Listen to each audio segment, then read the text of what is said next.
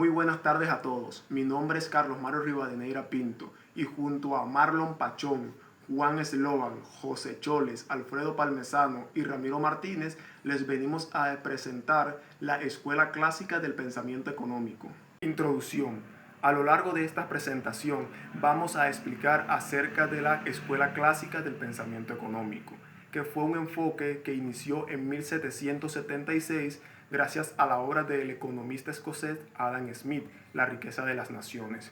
Fue un enfoque que tuvo una gran acogida gracias al sistema capitalista y que en esa época adoptaron los mecanismos de la revolución industrial. Sus principales pensadores fueron Adam Smith, David Ricardo y Thomas Malthus, hombres que defendían el libre mercado, la teoría del valor trabajo y la mano invisible. Objetivos. En los objetivos generales vamos a adquirir el mayor conocimiento posible acerca del tema y cómo este enfoque clásico moldeó a lo largo del tiempo el mundo en el que hoy vivimos. Específicos. En los específicos vamos a investigar acerca del origen de la escuela clásica.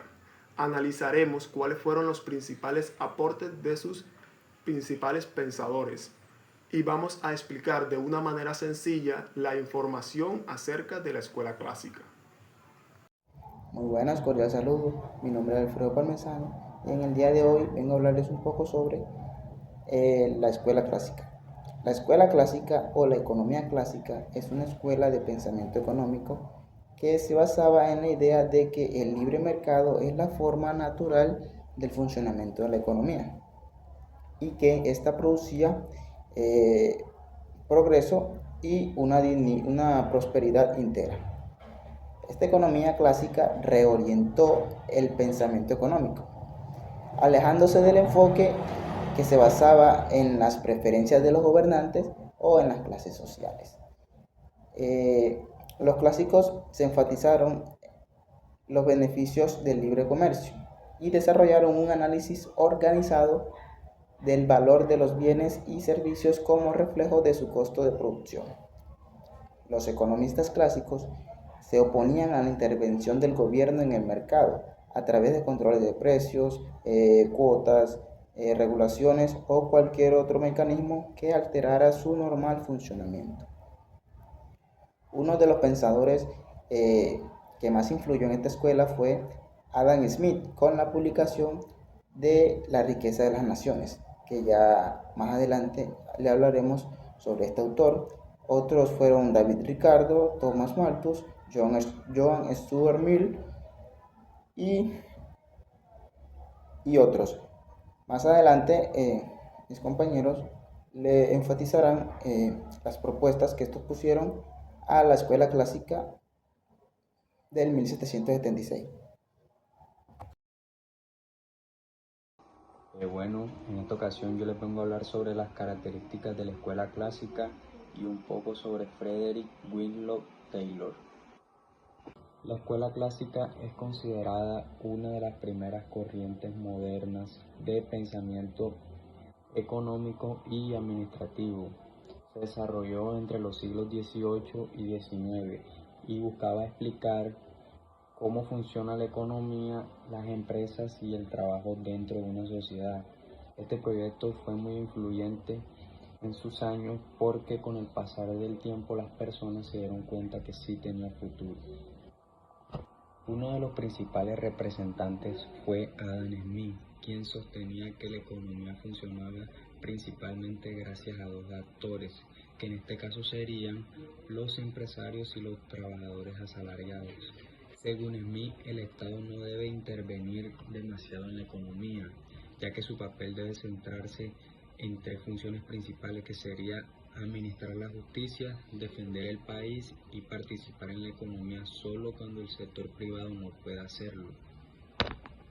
Otro pensador importante fue Thomas Robert Malthus, quien desarrolló un pensamiento bastante adelantado a su época sobre la falta de demanda, es decir, situaciones donde la producción va a ser mayor que el consumo.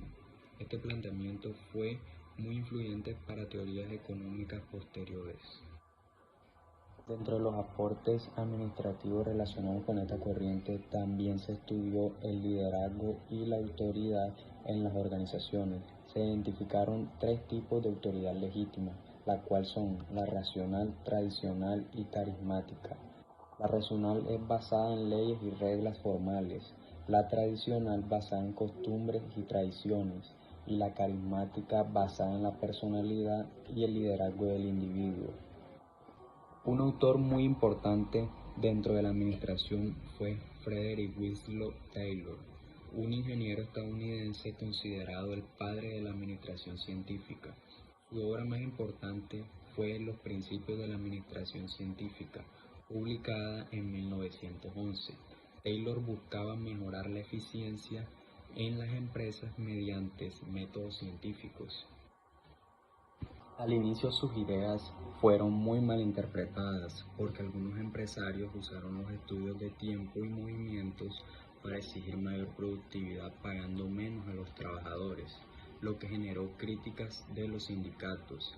Sin embargo, la verdadera intención de Taylor era mejorar la productividad sin perjudicar a los trabajadores, proponiendo incluso salarios más altos cuando aumentara la eficiencia. Entre las principales aportaciones de Frederick Winslow Taylor destacan analizar críticamente el funcionamiento de las empresas para encontrar formas de mejorar la eficiencia, aplicar métodos científicos y experimentación para crear procesos de trabajo más eficientes, seleccionar científicamente a las personas de acuerdo a sus habilidades, capacitar y entrenar a los trabajadores para mejorar su desempeño, y promover un ambiente de cooperación entre trabajadores y directivos. En conclusión, la escuela clásica aportó bases fundamentales para la economía y la administración moderna. Sus ideas ayudaron a entender cómo funciona el mercado, cómo se organizan las empresas y cómo mejorar la eficiencia del trabajo. Muchos principios actuales de gestión empresarial, productividad y organización del trabajo tienen su origen en estas teorías clásicas. Mi nombre es José Choles y vengo a hablar sobre Henry Fayol y Frank y Lillian Gilbert. Henry Fayol es un ingeniero francés que es considerado el padre de la administración. Para Henry Fayol no solo era importante el trabajo duro, sino también cómo los jefes organizaban, dirigían y ejecutaban todos los procesos. Uno de los logros más importantes de Henry Fayol fueron los 14 importancias de la administración, que eran dirigir el trabajo, tener un solo jefe, el trabajo en equipo, controlar todos los procesos. Una de las 5 etapas más importantes del proceso de Henry Fayol fueron planear, dirigir, organizar, ejecutar y controlar todos los procesos que esto conllevaba. Eso fue lo que llevó a tener el éxito que tuvo Henry Fayol. Es más, muchas de las empresas actualmente aplican los métodos de Henry Fayol porque les resultaba y era muy exitoso. Frank y Lillian Gilbert fueron unos investigadores de Estados Unidos que se basaban en identificar los movimientos para que fueran un poco más eficaces. Frank Gilbert en un día de trabajo estaba analizando, él trabajaba colocando ladrillos y estaba analizando que los movimientos que se estaban aplicando en la empresa donde trabajaban no eran tan eficaces, eran muy lentos, eran muy cansados. Entonces ellos junto a su esposa tomaron la decisión de analizar y aplicar uno de sus más importantes logros, que fueron los 17 aspectos importantes, que fueron analizar los movimientos y hacerlos un poco más eficaces. Lillian Gilbert comenzó a poner cámara en la empresa para ver repetidamente los procesos y darse cuenta de que estaban siendo poco eficaces. A esto le llamaron Terblix, que se basaba en que todos se hicieran de una manera más rápida, menos cansado para los trabajadores y fueran más eficaces para la empresa. Henry Gantt fue un ingeniero y administrador estadounidense que trabajó con Frederick Winslow Taylor y ayudó a mejorar la organización de las empresas. La idea principal pensaba que la administración no solo debía enfocarse en la producción, sino también en el bienestar de los trabajadores. Creía que capacitar y motivar a los empleados ayudaba a que trabajaran mejor. Principales aportaciones de Henry Gantt. La gráfica de Gantt es un diagrama de barras que se usa para planear proyectos. En el eje horizontal se pone el tiempo y en el vertical las tareas. Permite ver cuánto tiempo tarda cada actividad. También está el sistema de incentivos. Propuso premios o bonificaciones para los trabajadores que cumplieran sus metas. Capacitación del personal. Destacó la importancia de entrenar a los trabajadores para mejorar su rendimiento. Alfred Sloan fue un ingeniero y empresario estadounidense que llegó a ser el presidente de General Motors. Ideas principales. Sloan pensaba que las empresas grandes debían organizarse mejor para poder crecer sin perder el control. Principales aportaciones. Organización multidivisional. Dividió la empresa en varias divisiones o departamentos, cada uno responsable de una parte del negocio. También está la descentralización, que permitió que cada división tuviera cierta autonomía para tomar decisiones, mientras la dirección central se enfocaba en la estrategia. También está la planeación estratégica y control. Implementó sistemas para planear objetivos y controlar el desempeño de la empresa. Buenas, cordial saludo, mi nombre es Marlon Pachón y hoy vengo a hablarles sobre los principios de la administración. Henry Fayol estableció 14 principios para mejorar la organización y eficiencia, que son como el trabajo en equipo, la división del trabajo, unidad de mando, espíritu de equipo, la disciplina, y además es considerado como el fundador de la Escuela Clásica de Administración. Las críticas sobre las teorías clásicas son por permitir falsificaciones en teorías auxiliares y por no abordar adecuadamente el desempleo involuntario. Keynes cuestiona la teoría clásica del salario y la tasa de interés inadecuada para la posguerra. Los representantes de la escuela clásica en los siglos XVIII y XIX incluyen economistas como Adam Smith, David Ricardo, John Stuart Mill, y son considerados como fundadores de la economía como ciencia. Se enfocaron en las reformas sociales y económicas y se opusieron al mercantilismo. Gracias. Llegamos al punto final de esta exposición, pero no menos importante, que es la conclusión de la escuela clásica. Mi nombre es Ramiro Martínez y como anteriormente les dije, les voy a hablar sobre la conclusión de la escuela clásica. La escuela clásica de la economía. Esta era influenciada por el padre de la economía, Adam Smith, el cual apoyaba las propiedades privadas, el libre mercado y la mano invisible, el cual buscaba un beneficio individual, pero también buscaba un beneficio para una sociedad. Esta corriente produjo importantes cambios en el sistema económico, el cual promovió la libre competencia dentro del sistema capitalista. Además, se considera una de las primeras bases de la economía moderna, especialmente a partir de la publicación de la riqueza de las naciones en 1776, obra que analizó la forma sistemática del problema económico en su época. A partir de estas ideas surgieron avances que influyeron en el desarrollo económico, tanto como en la sociedad como en el ámbito laboral. La escuela clásica buscó mejorar la organización de la eficiencia de la empresa mediante la división del trabajo y la disciplina. Sus ideas sentaron las bases de la administración moderna.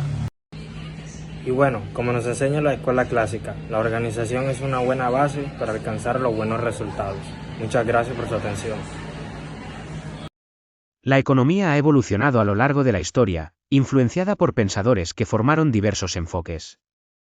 Un capítulo importante es la Escuela Clásica de la Economía, fraguada en el siglo XVIII y XIX en Inglaterra, cuyos principios aún repercuten en teorías económicas actuales.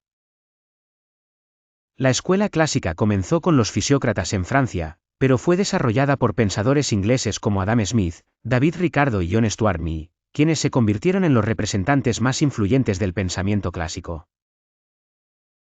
La esencia de la escuela clásica se centra en la noción de un mercado libre y competitivo, argumentando que la economía se autorregula y se optimiza sin intervención estatal, a través de la mano invisible del mercado. Adam Smith, con su obra La riqueza de las naciones de 1776, expuso que el interés propio de los individuos lleva a resultados económicos beneficiosos para la sociedad, estableciendo la división del trabajo y la especialización como fundamentos de productividad. David Ricardo contribuyó con la teoría de las ventajas comparativas, sugiriendo que los países deben especializarse en bienes que producen eficientemente y comerciar por los demás, mejorando el bienestar económico global. John Stuart Mill profundizó en la teoría clásica, incluyendo la teoría del valor y la distribución de la riqueza, y fue un proponente del utilitarismo, la idea de que las acciones son correctas y promueven la felicidad general. La escuela clásica sostiene la idea de equilibrio en el mercado, donde precios y cantidades se ajustan naturalmente a través de la oferta y la demanda sin intervención. Creían en la acumulación de capital como fuente de crecimiento económico. La ley de Say, formulada por Jean-Baptiste Say, sostiene que la oferta crea su propia demanda, afirmando que la producción de bienes genera ingresos suficientes para consumir otros bienes, aunque fue criticada por economistas keynesianos. La relevancia de la escuela clásica se magnifica en debates contemporáneos sobre intervención gubernamental, libre comercio, crecimiento económico y distribución de recursos, reflejando ideas clásicas adaptadas con nuevas evidencias y métodos. El legado de la escuela clásica enseña que el equilibrio y el crecimiento económico pueden provenir de la libertad de mercado, pero también recuerda la necesidad de adaptarse y evolucionar ante cambios y desafíos modernos. Este recorrido histórico y conceptual de la escuela clásica económica brinda una mirada compleja y enriquecedora a las ideas que han conformado las bases de nuestra comprensión de las dinámicas entre mercado, sociedad y Estado.